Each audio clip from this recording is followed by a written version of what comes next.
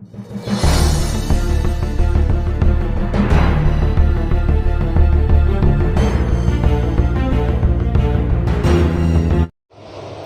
माँ जगदम्बे काली के मेरे प्रिय साधकों एवं मित्रों, स्वागत है आपका मेरे इस यूट्यूब चैनल दुर्लभ विद्याएं पर।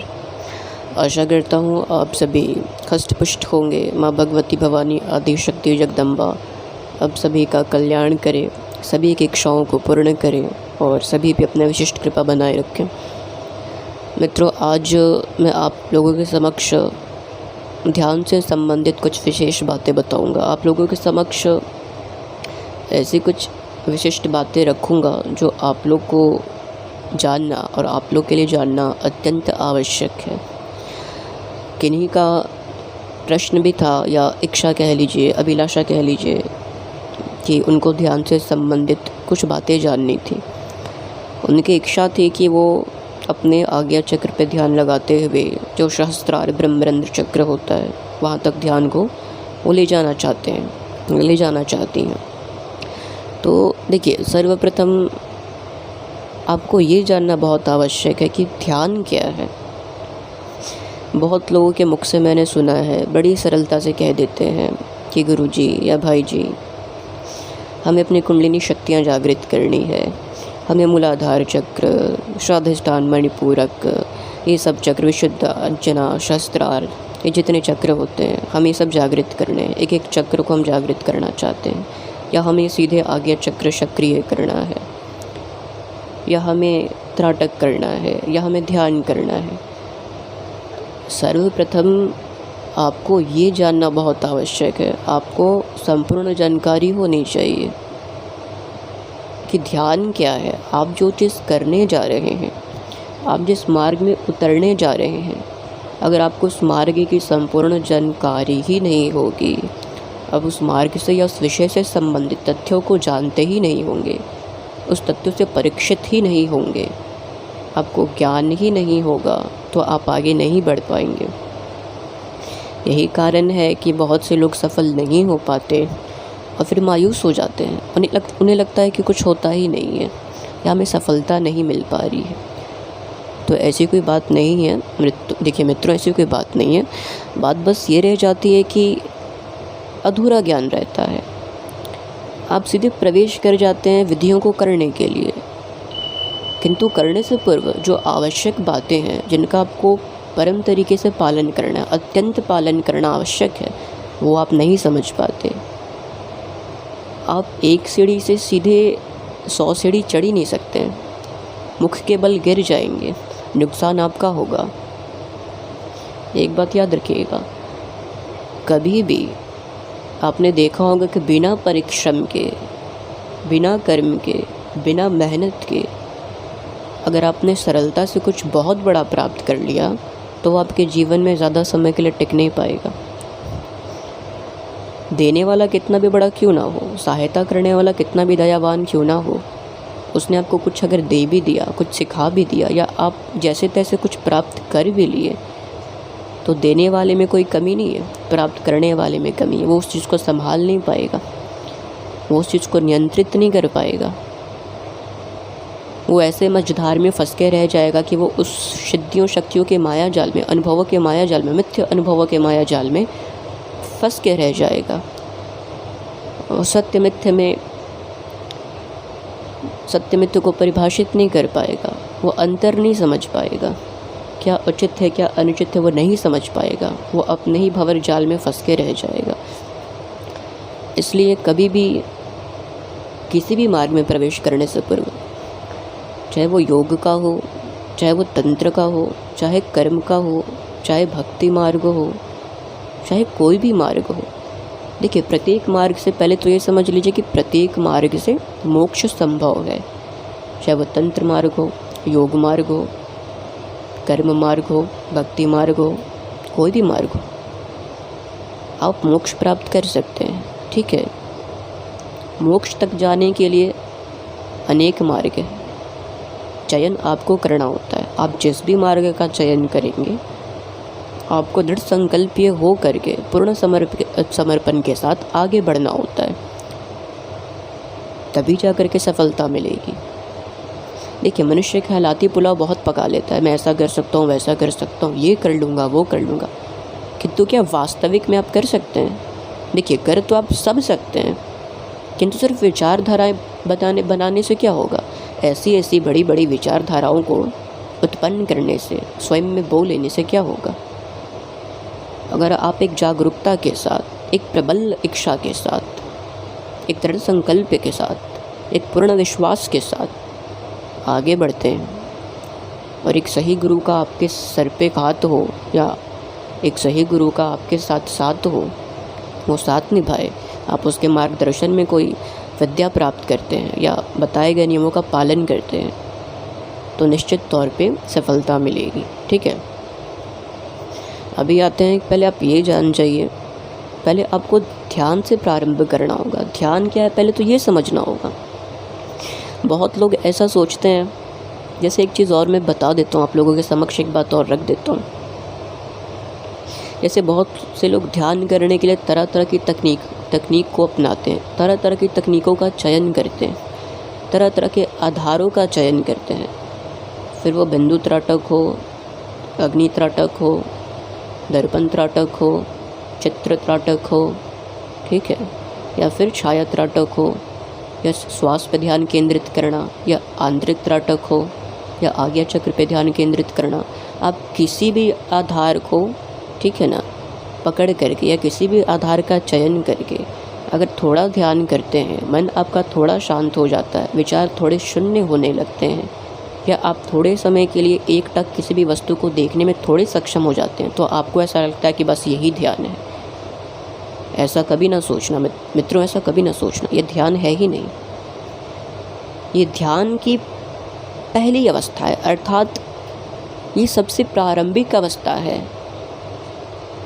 हाँ, ये बात उचित है कि ध्यान में गहरे उतरने के लिए, प्रवेश करने के लिए एकाग्रता अत्यंत आवश्यक है, और एकाग्रता हर क्षेत्र में आवश्यक है, बिना उसके सफलता असंभव है। हर क्षेत्र में चाहिए एकाग्रता, किंतु एकाग्रता ही ध्यान नहीं है, ये उसकी प्रथम सीढ़ी है, प्रारंभिक सीढ़ी है, इस बात का स्मरण रखिएगा। आजकल के समय में बहुत स्थानों पर मैंने देखा है कि लोग तरह तरह की तकनीकों का चयन करके और ध्यान करवाते हैं, और उस बीच कुछ अनुभव भी हो जाते हैं, और लोग ये सिद्ध कर देते हैं कि यही ध्यान है। तो ऐसा नहीं है, वो ध्यान से पूर्व की अवस्था है, और ध्यान से पूर्व की अवस्थाओं में कुछ मिलने वाले लाभ होते हैं, जो अनुभव के रूप में हमें महसूस होते हैं, हमें लगता है यही ध्यान है। ध्यान वो नहीं है। पहले तो आप ये जान जाइए कि देखिए, ध्यान जो है वो मानवीय समिति चेतना का परम चेतना के साथ एकाकार होने का क्रम है। जो ध्यान मानवीय समित चेतना होती है, वो परम चेतना के साथ जब एकाकार होती है, वही पराक्रम जो होता है वो ध्यान का पराक्रम यानी परिक्रिया कहलाता है, जिसमें संपूर्ण जागरूकता के साथ विचारों का अंत हो जाता है। अर्थात जहाँ पे संपूर्ण जागरूकता के साथ समस्त विचारों का अंत हो जाए, वो ध्यान है। वास्तव में ध्यान जागरण के साथ जो विचार होते हैं वो शून्य होना ही है, अर्थात वास्तव में ध्यान जागरण के साथ विचार शून्य होना ध्यान है। देखिए, ध्यान शुद्ध चेतना का महाचेतना के साथ एकीकृत होने का जो अनुभव होता है वो है। अर्थात मान के चलिए, जिस प्रकार से सारी नदियाँ अंततः विराट समुद्र में गिर जाती हैं, उसी प्रकार मानवीय चेतना का जीते जी परम चेतना के साथ एक हो जाना या विराट समुद्र में डुबकी लगा करके आ जाना, ये ध्यान की सही परिभाषा है। ठीक है, देखिए, ध्यान के द्वारा मानवीय चेतना अस्तित्व के नवीन स्तरों को प्राप्त करती है और मनुष्य की प्रज्ञा समय व स्थान से परिभिन्न आयामों में प्रवेश करती है। समझे, बहुत सी ऐसी बातें हैं जो आपको समझनी पड़ेंगी, सीखनी पड़ेंगी, जाननी पड़ेंगी, क्योंकि बिना इनके जाने, बिना इनके सीखे समझे आगे बढ़ना संभव नहीं है मित्रों। समझ रहे मेरी बात? आपको ये समझना होगा पूर्व की ध्यान क्या है। जैसे मान के चलिए मैं और कुछ बातें आपके सामने कहूँ तो ध्यान चेतना की विशुद्ध अवस्था है मित्रों, विशुद्ध अवस्था, जहाँ कोई विचार नहीं होते हैं, कोई विषय नहीं होता है। साधारणतः हमारी चेतना विचारों से, विषयों से, कामनाओं से, आदित्य इच्छाओं से रहित हो जाती है। हमारा मन एक सतत प्रवाह का विचार है, जिसमें इतने सारे विचार चल रहे होते हैं, अनंत कामनाएं चल रही होती है, पुरानी स्मृतियां चल रही होती हैं, जैसे कि रात दिन एक अनवरत सिलसिला चल रहा होता है। नींद में भी हमारा मन चल रहा होता है, स्वप्न में भी हमें सपने आते रहते हैं, मन चल ही रहा होता है। यह अध्यान की अवस्था है मित्रों, ध्यान की नहीं है। और ठीक इसके विपक्ष जो अवस्था है, इसकी उल्टी जो अवस्था है, वह ध्यान की अवस्था है। जब कोई विचार नहीं चलते और कोई कामनाएं नहीं चलती, जब सब शांत हो जाता है, हम परिपूर्ण मौन में हो जाते हैं। वह परिपूर्ण मौन जो है वही ध्यान है, समझ रहे हैं। और उसी जो परिपूर्ण मौन जो है और उसी मौन का जो साक्षात्कार होता है, हमें वो ध्यान की तरफ लेकर के जाता है। ये बात आपको समझनी होगी, तभी जा कर के आपको कुछ समझ में आएगा। जब मन नहीं होता, मान के चलिए कि जब आप पूर्ण ध्यान में चले जाएंगे और जहाँ मन नहीं होता और जब जो होता है उस क्षण, वही ध्यान है। इसलिए मन के माध्यम से कभी ध्यान तक नहीं पहुँचा जा सकता मित्रों, यह संभव है। ध्यान इस बात का बोध है कि मैं मन नहीं हूँ। जैसे जैसे हमारा बोध गहरा होते जाता है, हम गहराई में उतरते जाते हैं, वैसे वैसे हमें कुछ झलकें मिलनी शुरू हो जाती हैं, प्रारंभ हो जाती है मौन की, ये शांति की। और जब सब थम सा जाता है और मन में कुछ भी नहीं चलता, उसी मौन में, उस शांत क्षणों में ही हमें स्वयं की सत्ता की अनुभूतियाँ होती है। और हम इस अस्तित्व के रहस्य से समझ के चलिए कि जान पाते हैं, इस अस्तित्व के रहस्य को स्पर्श कर पाते हैं, इसके समक्ष सब समझ पाते हैं, जान पाते हैं। और धीरे धीरे एक दिन ऐसा भी आता है मित्रों, आप समझ के चलिए कि एक ऐसे बड़े सौभाग्य का दिन भी आता है जब ध्यान हमारी सहज अवस्था हो जाती है, हमारी स्वयं की सहज अवस्था हो जाती है। और जो मन है वो असहज अवस्था है, असहज। यह हमारी कभी भी सहज अवस्था नहीं बन सकता, यह हमारी स्वाभाविक अवस्था नहीं बन सकता कभी भी। ध्यान हमारी एक सहज अवस्था है, किंतु मन नहीं है, इस बात का स्मरण रखिएगा। लेकिन आज के समय में क्या है कि हमने उसे खो दिया है, हम उस स्वर्ग से बाहर आ गए हैं। किंतु अभी भी उस स्वर्ग को पाया जा सकता है। ऐसा नहीं है कि हम उसे प्राप्त नहीं कर सकते, ऐसा नहीं है कि हम प्रयास करेंगे तो हमें कुछ प्राप्त या हासिल नहीं हो पाएगा, अवश्य होगा। हम कुछ भूले नहीं हैं, सब कुछ हमारे भीतर ही है। लेकिन हम बंधनों में, मोह माया में, इस भौतिक जीवन में इतने घुल मिल गए हैं कि समझ नहीं पाते, समय नहीं दे पाते। हमें समय देना होगा। दूसरी कुछ बातें मैं अगर ध्यान के बारे में कहूँ तो देखिए, एक तो ये जान लीजिए कि एक तो ध्यान में स्वयं के संकल्प के अभाव के अतिरिक्त और कोई बाधा नहीं आती है, संकल्प की ही कमी है। यदि आप ध्यान में जाना ही चाहते हैं, दुनिया की कोई भी शक्ति आपको ध्यान में जाने से नहीं रोक सकती, नहीं स्तंभित कर पाएगी। इसलिए अगर आप ध्यान में जाना चाहते हैं तो आपको दृढ़ संकल्प ये होना पड़ेगा, संकल्प की कमी नहीं होनी चाहिए। क्योंकि संकल्प की कमी होती है तभी कोई त्रुटियां होती हैं, तब जा कर के आपको असफलता हाथ लगती है। तो ये सब आपको समझना पड़ेगा। ऐसी भी अवस्था होती है, जैसे मैं आपको बताऊं कि कोई मनुष्य ऐसे होते हैं जो कहते हैं कि मैं ध्यान में जाना चाहता हूं, किंतु जा नहीं पाता। वो मानकर चलता है कि वो जाना तो चाहता है किंतु लेकिन जा नहीं पाता। भीतरी कारण होते हैं जिनकी वजह से हमें पता नहीं चलता कि हम जाना चाहते हैं या नहीं जाना चाहते। अब जैसे एक बात आपको बताऊं कि जो व्यक्ति कहता है कि मैं ध्यान में जाना चाहता हूं, उसे बहुत ठीक से समझ लेना चाहिए, या सभी को परिपूर्ण रूप से समझ लेना चाहिए कि क्या वो सुख और दुख को छोड़ सकता है। क्या आप सुख और दुख को छोड़ने के लिए तैयार हैं? अगर आप तैयार हैं, दुख को छोड़ने के लिए सभी तैयार हैं जो भी ध्यान में जाना चाहते हैं। अगर दुख सुख को छोड़ने के लिए तैयार हैं तभी जाना संभव है। कुछ लोग का क्या है कि वो भी इसलिए जाना चाहते हैं कि दुख छूट जाए, कुछ लोग इसलिए जाना चाहते हैं सुख की प्राप्ति हो जाए। लेकिन उनको स्पष्ट कर देना मैं चाहता हूँ कि ध्यान में जैसे ही आप प्रवेश करेंगे, सुख दुख दोनों ही छूट जाएंगे। और जो उपलब्धि होगी वो सुख की नहीं होती है, जो उपलब्धि आपको होती है वो सुख की नहीं होती, वो परम शांति की उपलब्धि होती है, परम शांति की उपलब्धि है। तो यदि आप सुख पाने के लिए ध्यान में जाना चाहते हैं, सुख की प्राप्ति के लिए ध्यान में जाना चाहते हैं, तो आप फिर जाना ही नहीं चाहते और आप जा ही नहीं पाएंगे।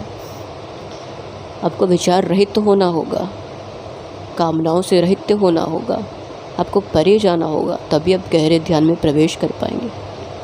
जहाँ तक सुख की बात की जाए तो सुख भी एक तनाव के समान ही है मित्रों, एक अशांति के समान ही है।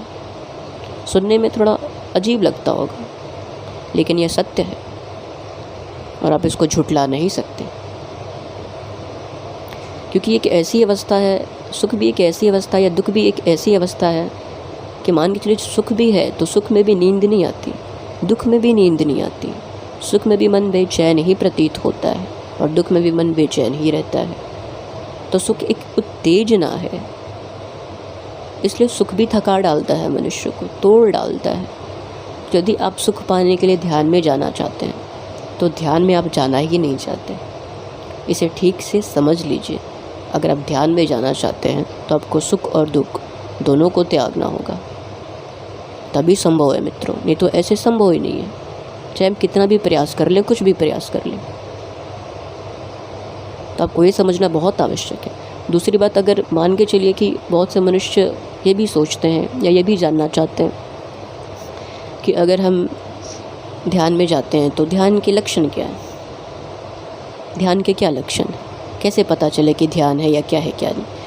तो देखिए, आप लोगों से कुछ महत्वपूर्ण बात मैं कहना चाहूँगा कि ध्यान के समय मन जो होता है असाधारण रूप से शांत हो जाता है। मन में उठ रहे सभी प्रकार के द्वंद्व जो होते हैं सभी शांत हो जाते हैं, सबका अंत हो जाता है। मन में उठने वाली सभी संघर्ष जो होते हैं समाप्त हो जाते हैं। मन ही जो है, जो हमारा मन है, वो सुख दुख का अनुभव करता है। इसलिए ऐसे समय में सुख दुख का भी अंत हो जाता है, क्योंकि जब हम गहरे ध्यान में जाते हैं तो वहाँ मन नहीं रह जाता। जब मन का बोध खत्म हो जाए, जब मन भी शांत हो जाए, स्थिर हो जाए, उसके परे फिर ध्यान की प्राप्ति होती है। और जहाँ ध्यान का अर्थ है कि ध्यान स्वयं को प्रस्तुत कर रहा है, बताना चाह रहा है, एक सांकेतिक दे रहा है कि जहाँ ध्यान है वहाँ मन नहीं, मन से परे ध्यान। तो ध्यान में जाते ही सब रिक्त हो जाता है, सब शांत हो जाता है, स्थिर हो जाता है, एक भी इच्छाएं कामनाएं नहीं रह जाती। आप परम सत्ता, आप परम आनंद अनुभव में विलीन रहते हैं। स्वयं का भी बोध नहीं होता, आसपास के हलचलों का भी बोध नहीं होता। सारी महत्वाकांक्षाओं और इच्छाओं का अंत हो जाता है। ध्यान में मन अपने अस्तित्व से परिपूर्ण रूप से जागरण की स्थिति में चला जाता है, समझे? या यूँ कह सकते हैं आपकी मन का ही अंत हो जाता है, मन विहीन अवस्था में चली जाती है। मन से परे चेतना असीमितता और व्यापकता का अनुभव करती है। फिर मन के साथ साथ अहंकार या तुक्ष अहम का भी विनाश हो जाता है मित्रों। अहम के नाश के कारण मैं का भाव, मैं तू का जो भाव होता है मित्रों, वो भी समाप्त हो जाता है। और एक बात और मैं आप लोगों को कहना चाहूँगा कि ध्यान की मैं जितनी व्याख्या करूँ उतनी कम है।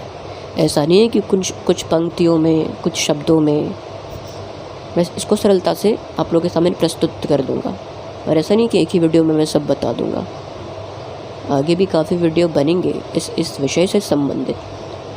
अभी तो सिर्फ ध्यान के बारे में मैं बता रहा हूँ कि ध्यान क्या है, क्या अनुभव होते हैं। ध्यान में जब मनुष्य जाता है तो उस क्षण क्या होता है, ये सब जानना बहुत आवश्यक है। और एक बात और अब जान जाइए कि जो ध्यानी व्यक्ति है, जिसका ध्यान लगने लगा है, जो ध्यान में जाने में सक्षम है, ऐसे व्यक्ति के विकर्ण के चारों ओर एक वातावरण अजीब सा हो जाता है, एक अद्भुत सा हो जाता है, बदल सा जाता है। ऐसे व्यक्ति सुख दुख, चिंता, कलेश, उत्तेजना और अभाव सबसे विमुक्त हो जाते हैं, और इसी कारण उसके मस्तिष्क से निकलने वाली जितनी भी किरणें होती हैं, दूषित मनोभावना और विकारों से भी मुक्त हो जाते हैं मित्रों। ऐसे व्यक्तित्व के संपर्क में कोई भी मनुष्य अगर उसके निकटता अगर आता है, समीप आता है, तो एक अद्भुत शांति प्रतीत होती है। उसके समीप का व्यक्ति भी अपने मन के दुख और कलेशों को शांत होता हुआ महसूस करता है, अनुभव करता है। क्योंकि देखिए, ध्यानी व्यक्ति विरले ही उपलब्ध ऐसे होते हैं, हर कोई पूर्ण गहरे ध्यान में नहीं जा सकता। और जो जाता है, जब उनका ध्यान गहरा हो जाता है, जो व्यक्ति का जो सक्षम हो जाता है, तो याद रखिए कि जो व्यक्ति है उसका ध्यान जब गहरा हो जाता है या निरंतर ध्यान घटित होने लगता है उसके भीतर, तो परम शांति और प्रेम के विकिरण दूर दूर तक फैलने लगते हैं, स्थापित होने लगते हैं, जिसके प्रभाव में आने वाले प्रत्येक जीव एक आत्मीय शांति और आंतरिक प्रसन्नता की अनुभूति करते हैं मित्रों। ध्यान अब एक व्यक्तिगत अनुभूति सिर्फ नहीं रह जाती फिर, बल्कि एक सार्वजनिक प्रभाव के रूप में अमूल्य धरोहर बन जाता है। तो आपको पूर्ण रूप से समझना होगा, सीखना होगा, तब जा कर के प्रवेश करना होगा। और जैसे मैं बताऊंगा, आप वैसा अगर प्रयास करेंगे तो निश्चित तौर पे सफलता प्राप्त होगी, निश्चित तौर पे। जैसे बहुत से लोग, अभी एक बात जैसे आपके समक्ष रखूँ, तो बहुत से लोग ये जानना भी चाहते हैं कि प्रयास के साथ ध्यान संभव है कि नहीं। ठीक है, जो आधार आप लेते हैं, आधारों का चयन करते हैं, जैसे मान के चलिए कि जैसे ध्यान के लिए मस्तिष्क का शांत होना और विचार मुक्त होना, ये तो एकाग्रचित होना अत्यंत आवश्यक है, ये आप सभी लोग जानते हैं। किसी भी प्रकार का प्रयास या किसी भी प्रकार की चेष्टा शांति के इस प्रयास में बाधा उत्पन्न करती है। जब तक प्रयास है, जब तक इच्छा है, जब तक चेष्टाएं हैं, तब तक ध्यान आपके लिए संभव नहीं, आप ध्यान नहीं कर सकते। वास्तव में इच्छा या कामना या चेष्टा, ये सब ध्यान के स्वयं निषेध है। जब तक ये रहेंगे, ध्यान संभव नहीं है। अतः प्रयास पूर्ण रूप से ध्यान नहीं किया जा सकता। प्रयास के साथ या चेष्टा के साथ ध्यान नहीं किया जा सकता, धारणा की जा सकती। समझ रहे हैं? कहने का अर्थ है कि देखिए, प्रयास के द्वारा किसी एक आसन में अगर आप निरंतर बैठने का प्रयास करते हैं या कोई मनुष्य प्रयास करता है, चेष्टा से एकांत में बैठकर किसी विचार या बिंदु पर एकाग्र होने का कार्य अगर कोई मनुष्य करता है या किया जा सकता है या करता है, तो एक बात जान जाइए कि आप जो अपना रहे हैं माध्यम को, ये ध्यान नहीं है, ये धारणा है, धारणा। और धारणा ध्यान नहीं होता है, ध्यान इससे कहीं अधिक है। आपको इस बात को समझना होगा, जो कि मैंने प्रारंभ में कहा था कि माध्यमों का चयन करके लोग प्रयास करते हैं ध्यान करने का, और जब कुछ समय वो प्रयास करते हैं तो उस मध्य उन्हें लगता है कि ये ध्यान है, वो ध्यान नहीं होता, धारणा होती है। अब धारणा धारण कर रहे हैं और ध्यान तक पहुंचने का प्रयास कर रहे हैं, वो वास्तविक वहाँ कुछ अनुभव भी होगा, तो वो ध्यान से पूर्व मिलने वाले कुछ लाभ होते हैं, आप उसको ध्यान नहीं कह सकते। समझ रहे हैं? जो मैं कहने की कोशिश कर रहा हूँ, आपके समक्ष रखने का प्रयास कर रहा हूँ बात, आशा करता हूँ कि आप अच्छे से समझ रहे होंगे, आपको समझ में आ रहा होगा। देखिए, मैं इतनी बातें क्यों समझा रहा हूँ, क्योंकि बहुत से लोग अब तक ये भी नहीं जानते कि ध्यान क्या है। ये सबने देखा है, सुना है या कहीं से पढ़ा होता है कि ध्यान कैसे करें, ध्यान कैसे किया जा सकता है, लेकिन लोग ये नहीं जानते कि ध्यान क्या है। और एक और बात मैं आपको बता दूं, बहुत से लोगों का ये भी प्रश्न होता है, ये आया भी है मेरे पास, कि ध्यान के समय अनुभव का वर्णन किया जा सकता है कि नहीं। तो एक बात मैं आपको बताता हूँ, देखिए, ध्यान के समय के अनुभव का वर्णन संभव ही नहीं है, भूल ही जाइए। हाँ, ध्यान से पहले अर्थात ध्यान से प्रारंभिक की जो अवस्था है या ध्यान के बाद के जो अनुभव का वर्णन होता है, अनुभव का जो केंद्र होता है, या आप उसकी व्याख्या कर सकते हैं। आप पहले की जो ध्यान से पहले की अवस्था है उसकी व्याख्या कर सकते हैं। ध्यान जब अंततः ध्यान से आप बाहर आएंगे, उसके बाद आपने जो जो चीज़ महसूस की, आप उसकी व्याख्या कर सकते हैं। लेकिन ध्यान के बाद के अनुभवों का वर्णन संभव इसलिए नहीं है क्योंकि अनुभव का सारा केंद्र क्या है? स्वयं आपका मन है। ध्यान में प्रवेश से पहले और ध्यान के बाहर आने के बाद हमारा मन सक्रिय हो जाता है, किंतु ध्यान की अवस्था में हमारी जो चेतना होती है वो मन विहीन होती है मित्रों, वो मन विहीन हो जाती है। यह समझ के चलिए कि हमारा मन कहीं खो सा जाता है। इसलिए ध्यान के अनुभव को जाना नहीं जा सकता, इसकी व्याख्या नहीं की जा सकती, उसको प्रस्तुत नहीं किया जा सकता, क्योंकि उस वक्त क्या है कि जो मनुष्य रूपी अनुभव करता उस समय खुद ही समाप्त हो जाता है, अर्थात विलीन हो जाता है, शून्य अवस्था में रहता है, बोध नहीं रहता किसी चीज़ का। जब अनुभव का केंद्र ही नहीं होता है, उसको स्मरण करने वाला नहीं होता, बताने वाला नहीं होता, उसका वर्णन करने वाला नहीं होता, उसको याद रखने वाला नहीं होता, तो इसलिए उस समय ध्यान का जो वर्णन है वो भी संभव नहीं है। ध्यान का अनुभव वर्णातीत है मनुष्य। ध्यान क्या है? देखिए, ध्यान ज्ञात से अज्ञात में प्रवेश करने का मार्ग है। अज्ञात का यदि वर्णन ही किया जा सके तो वो अज्ञात नहीं रह जाएगा, वो ज्ञात हो जाएगा। अज्ञात का वह क्षेत्र हमारी, देखिए, बाहरी इंद्रियों और आंतरिक इंद्रियां अर्थात मन की सीमाएं रेखाओं से बाहर का क्षेत्र है। जब मन सहित 6 इंद्रियां जो हैं हमारे शरीर के भीतर, वो चेतना के द्वार जब परिपूर्ण तरीके से जागरूकता की तरफ अतिक्रमण हो जाता है, तो जो क्षेत्र आरंभ होता है वो फिर अज्ञात का होता है। ना तो मन उस क्षेत्र तक पहुंच सकता है और ना ही बुद्धि जो है उसे जान सकती है। इसलिए उस दौरान जो ध्यान है, ध्यान के दौरान का जो अनुभव होता है वो संभव नहीं है। क्योंकि देखिए, ध्यान में चेतना जिन आयामों में प्रवेश करती है वे असीम और अनंत सत्ता के द्वार तो खोल देती है, और ये नई विमाएँ, ये नए आयाम मानवीय सीमाओं से परे है। और दूसरी बात, जब भी मनुष्य गहरे ध्यान में चले जाता है तो उस वक्त ध्यान का जो अनुभव है वो संभव नहीं रह जाता। समझ गए? तो मैं आशा ये करता हूँ कि आपको ये समझ तो अवश्य आया होगा कि ध्यान क्या है, और ध्यान के समय में क्या, गहरे ध्यान के समय में क्या अनुभव का वर्णन करना संभव है कि नहीं, ये भी आपने समझ लिया होगा। ध्यान क्या है ये भी आपने समझ लिया होगा।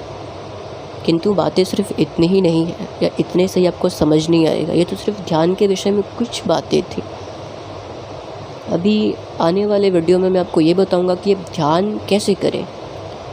प्रारंभिक ध्यान एक साधक कैसे कर सकता है, आरंभिक साधक कैसे कर सकता है, जो अध्यात्म में अभी प्रवेश ही हुआ है, या कुछ सीखना चाहता है, कुछ अर्जित करना चाहता है, कुछ समझना चाहता है, इसमें आगे बढ़ना चाहता है, इसके गहराई में डुबकी लगाना चाहता है, उस परम सत्ता तक पहुंचना चाहता है। देखिए, ध्यान या योग एक ऐसा माध्यम है, या एक साधक, ठीक है ना, और परमेश्वर अर्थात भक्त और भगवान के मध्य का जो मार्ग होता है, जो सेतु होती है, वो क्या है? ध्यान। हमारी क्रियाकलापें, हमारा दृढ़ संकल्प, हमारा पूर्ण समर्पण, हमारी एकाग्रता, हमारा पूर्ण निष्ठा, श्रद्धा, विश्वास, सम्मान, ये सब आधार हैं जो पुल बनाते हैं, सेतु बनाते हैं। एक भक्त संपर्क इन्हीं के माध्यम से साध सकता है, ईश्वर तक पहुंच सकता है। बिना माध्यम के आप नहीं जा सकते। आप माध्यम, किसी भी माध्यम का चयन करें, उन माध्यमों को परिपूर्ण रूप से समझना, उसका उपयोग करना आपको आना चाहिए।